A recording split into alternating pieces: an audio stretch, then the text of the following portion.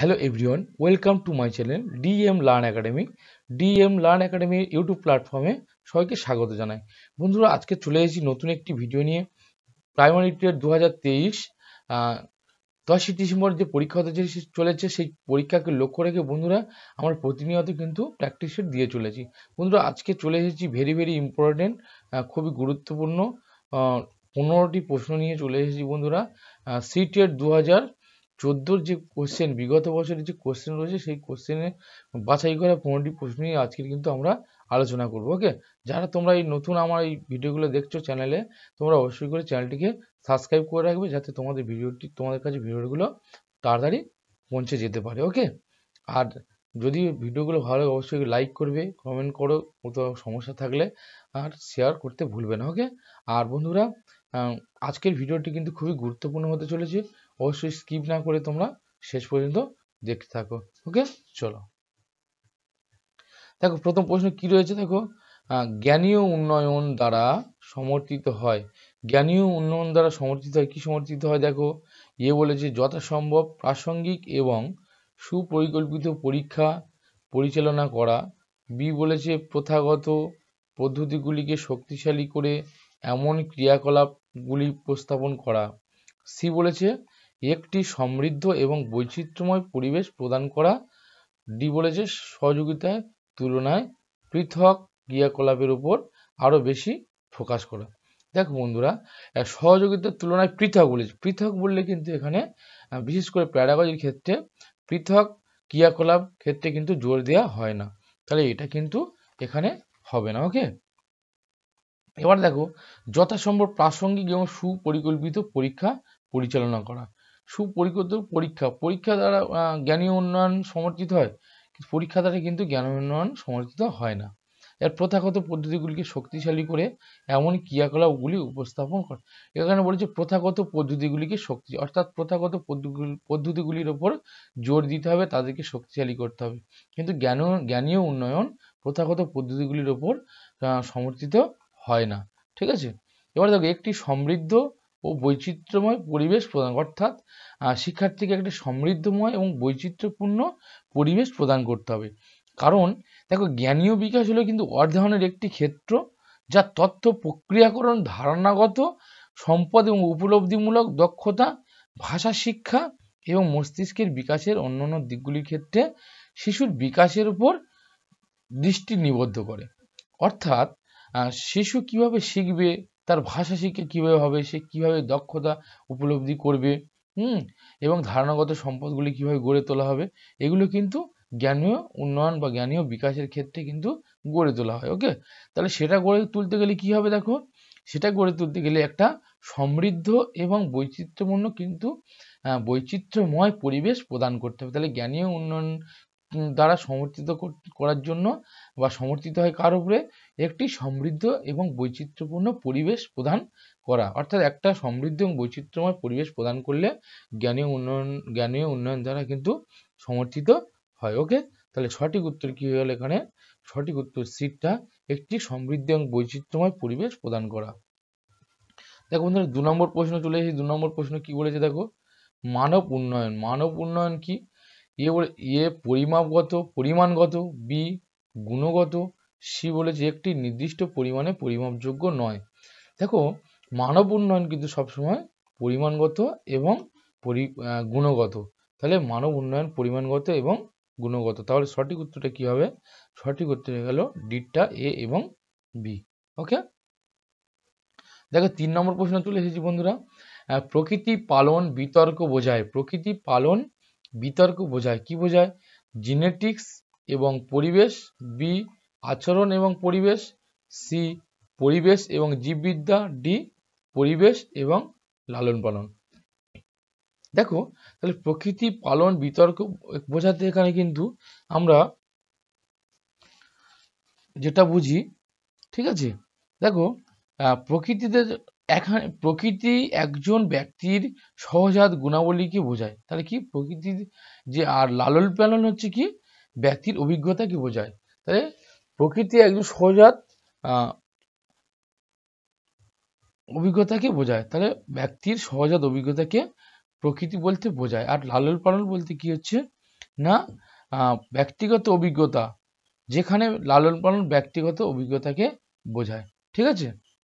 আর প্রকৃতি বলতে সহজাত গুণাবলীকে বোঝায়। অর্থাৎ দেখো, ব্যক্তির মধ্যে একটা সহজাত গুণাবলী এবং ব্যক্তির মধ্যে একটা যে ব্যক্তিগত অভিজ্ঞতা, সেগুলোকে বোঝাচ্ছে। তাহলে প্রকৃতি পালন বিতর্ক বলতে একটা ব্যক্তিগত বিষয় থাকছে আর একটা হচ্ছে পরিগত বিষয় থাকছে। তাহলে এখানে সঠিক উত্তরটি হয়ে গেল কি 3 নম্বর। ওকে, জেনেটিক্স এবং পরিবেশ। দেখো পরের প্রশ্নে চলে যাব।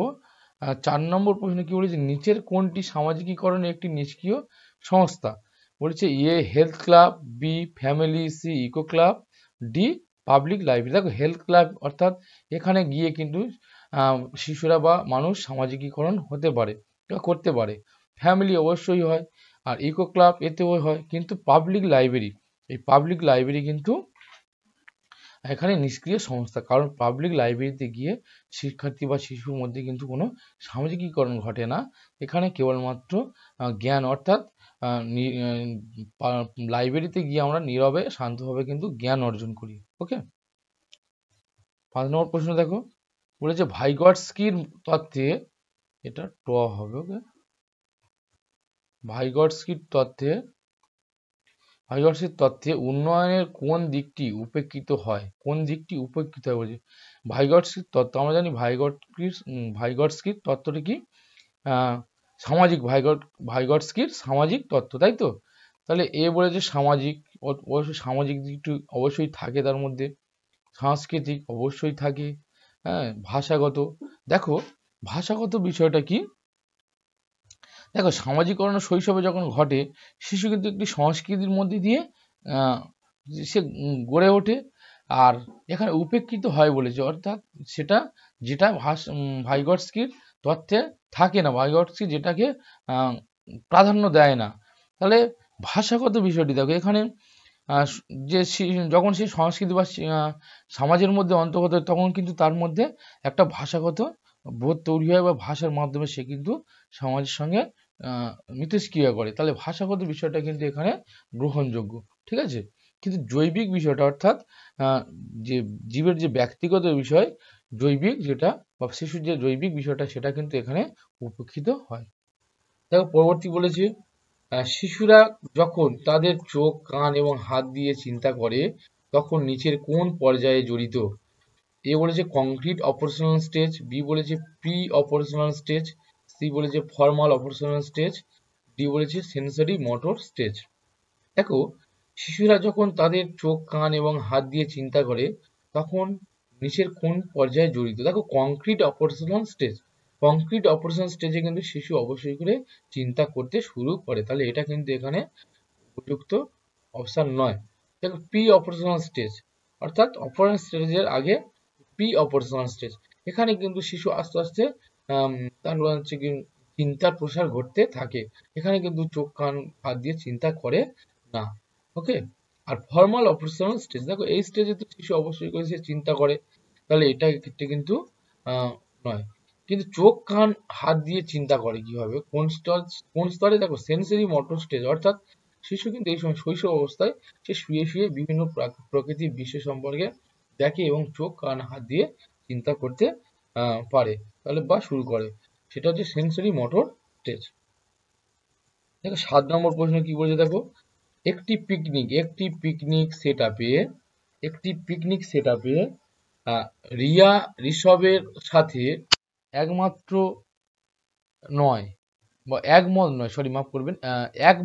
নয়, তিনি মনে করেন যে সংখ্যাগরিষ্ঠের জন্য নিয়মগুলি সংশোধন করা যেতে পারে। পেঁয়াজের মতে এই ধরনের পিয়ার মতবিরোধ বলতে বোঝায় ভিন্নধর্মী মত নৈতিকতা, জ্ঞানীয় অপরিপক্কতা, সি প্রতিক্রিয়া, ডি বলেছে সহযোগিতার নৈতিকতা।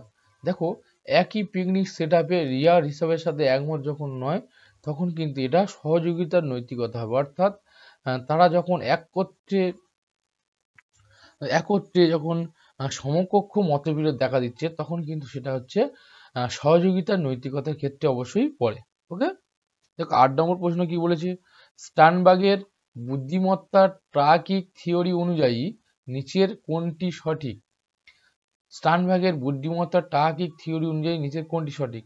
এ ব্যবহারিক বুদ্ধিমত্তা, বি পরীক্ষামূলক বুদ্ধিমত্তা, সি গাণিতিক বুদ্ধিমত্তা, ডি সম্পদপূর্ণ বুদ্ধিমত্তা। দেখো স্টার্নবার্গের বুদ্ধিমত্তা যে টার্কিক থিওরি রয়েছে সেই থিওরি অনুযায়ী কিন্তু এখানে পরীক্ষামূলক বুদ্ধিমত্তাটা কিন্তু সঠিক। ওকে, নেক্সট পরবর্তী প্রশ্ন দেখো 9 নম্বর প্রশ্ন বলেছে কে প্রথম বুদ্ধিমত্তার পরীক্ষা আবিষ্কার করে? বুদ্ধিমত্তার পরীক্ষা কিন্তু আবিষ্কার করেছিলেন কে? Alfred Binet. Okay, Alfred Binet বুদ্ধিমত্তার পরীক্ষা তাহলে আবিষ্কার করেছিলেন কে? Alfred Binet. দেখো 10 নম্বর প্রশ্ন কি বলেছে? ধ্বনিতাত্ত্বিক সচেতনতা বলতে বোঝায়। ধ্বনিতাত্ত্বিক সচেতনতা বলতে বোঝায় এ শব্দের গঠন, প্রতিফলিত এবং পরিচালনা করার ক্ষমতা, বি সাবলীলভাবে এবং সঠিকভাবে কথা বলা, সি জানা, বুঝতে এবং লিখতে, ডি ব্যাকরণের নিয়মগুলি আয়ত্ত করা।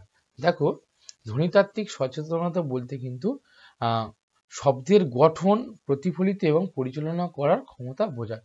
যেহেতু ধ্বনিতাত্ত্বিক বলেছে তাহলে শব্দের গঠনকে প্রতিফলিত করা এবং পরিচালনা করার যে ক্ষমতা সেটা হচ্ছে কিন্তু এখানে তার ধ্বনিতাত্ত্বিক সচেতনতা।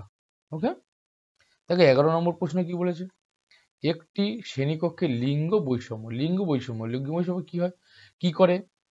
ছাত্রদের কর্মক্ষমতা প্রভাবিত করে না। হ্যাঁ, লিঙ্গ বৈষম্য অবশ্যই ছাত্রদের কিন্তু কর্মক্ষমতা প্রভাবিত করে, তাহলে এটা কিন্তু ভুল। বলেছে ছাত্রদের প্রচেষ্টা বা কর্মক্ষমতা হ্রাস করতে পারে। হ্যাঁ, ছাত্রদের কর্মক্ষমতা প্রচেষ্টা অবশ্যই হ্রাস করতে পারে। বর্ধিত প্রচেষ্টা বা পুরুষ ছাত্রদের কর্মক্ষমতা হতে পারে, এইটা কিন্তু এক্ষেত্রে প্রযোজ্য না। পুরুষ ছাত্রদের কর্মক্ষমতা হতে পারে, লিঙ্গ বৈষম্যের ক্ষেত্রে এটা কিন্তু প্রযোজ্য নয়। মহিলা প্রতিপক্ষদের তুলনায় পুরুষ শিক্ষকদের দ্বারা বেশি করা হয়।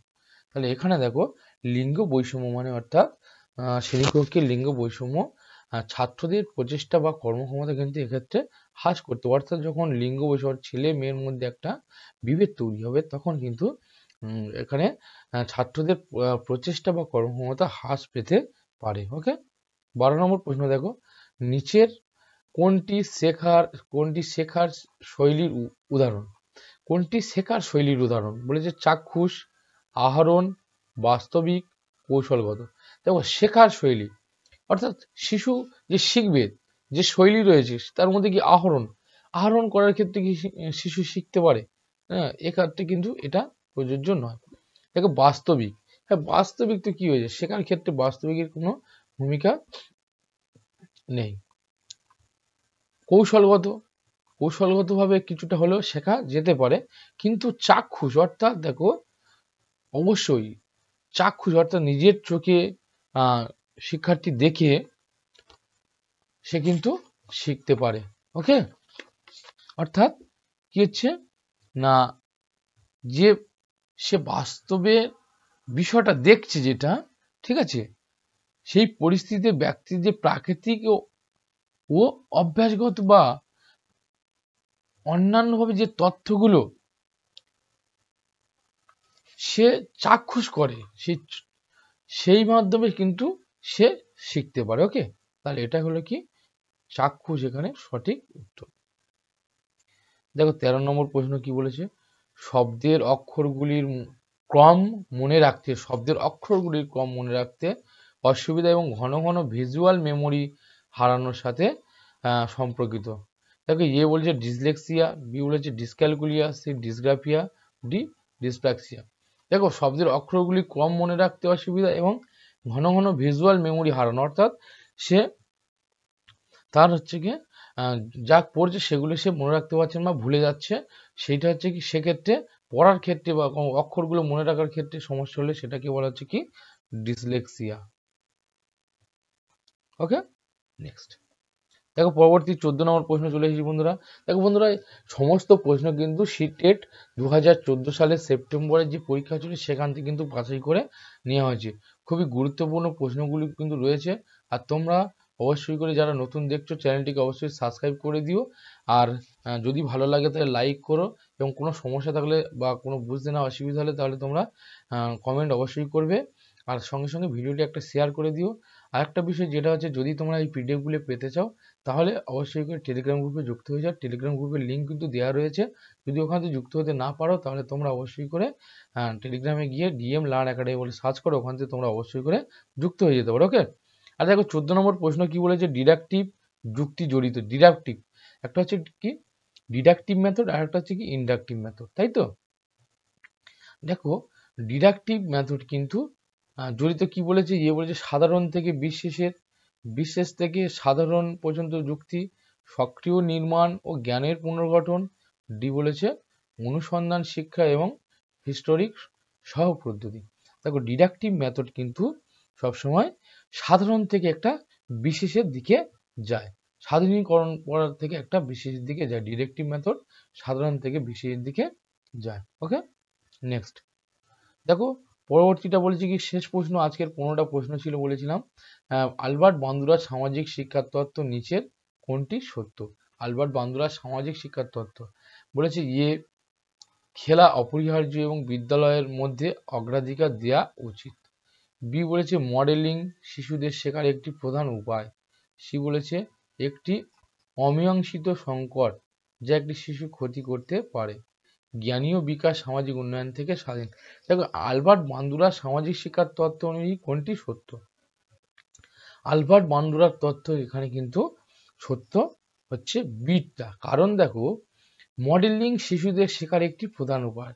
আলবার্ট বান্দুরার সামাজিক শিক্ষার তত্ত্বের মাধ্যমে বান্দুরা কিন্তু মডেল, অর্থাৎ একটা মানুষকে একটা মডেল হিসেবে কিন্তু অবশ্যই করে তুলে ধরেছে। ঠিক আছে, তাহলে সেই মডেল শিশু তাদেরকে দেখার মাধ্যমে বা তাদেরকে পর্যবেক্ষণ করার মাধ্যমে শিশুরা যে আশেপাশে যে সকল লোকজন রয়েছে সেই লোকজনের দেখে তাদের যে আচরণ, তাদেরকে পর্যবেক্ষণ করে কিন্তু শিশু শিখতে পারে।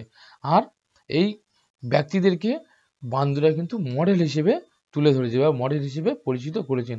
আর শিশুরা এই মডেলগুলির কিছু মনোযোগ দেয় এবং তাদের আচরণকে এনকোড করে, অর্থাৎ তাদের আচরণকে তারা প্রস্ফুটিত করে। ঠিক আছে, তাহলে মডেল শিশুদের শেখার একটি অন্যতম উপায়। এটা হচ্ছে বান্দুরা শিক্ষার তত্ত্বে একটা গুরুত্বপূর্ণ বিষয়। ঠিক আছে, তাহলে বন্ধুরা এই ছিল আজকের 15টি গুরুত্বপূর্ণ প্রশ্ন সিটেট 2014 সেপ্টেম্বরে যে পরীক্ষাটা সেখান থেকে নিয়েছিলাম। তো বন্ধুরা আশা করছি আজকের সেশনটি খুবই ভালো লেগেছে তোমাদের। অবশ্যই করে তোমরা লাইক কমেন্ট শেয়ার করো, আর অবশ্যই যারা নতুন অবশ্যই করে সাবস্ক্রাইব করে দিও। আমিও একটু মোটিভেটেড হই তোমাদের সাবস্ক্রাইব এবং লাইক শেয়ার হলে। তো চলো বন্ধুরা, আগামী আওয়ার পরে আমি একটি নতুন ভিডিও তোমাদের জন্য নিয়ে আসবো। তো পরবর্তীতে আবার দেখা হবে। প্রত্যেককে ভিডিওটি দেখার জন্য ধন্যবাদ। প্রত্যেকে ভালো থেকো।